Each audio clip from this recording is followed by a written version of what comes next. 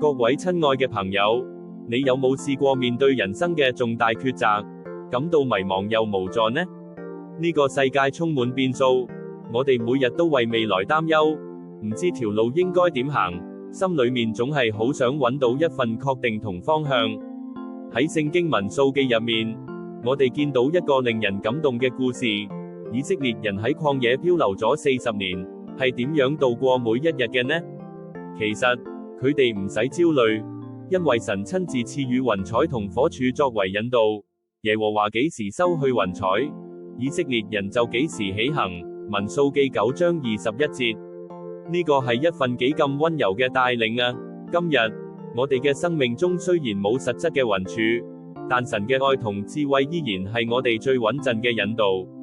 你唔需要再為聽日嘅路而憂心忡忡，只要憑着信心，溫柔咁將你嘅步伐交託俾佢，你會發現每一步都行喺啱嘅路上。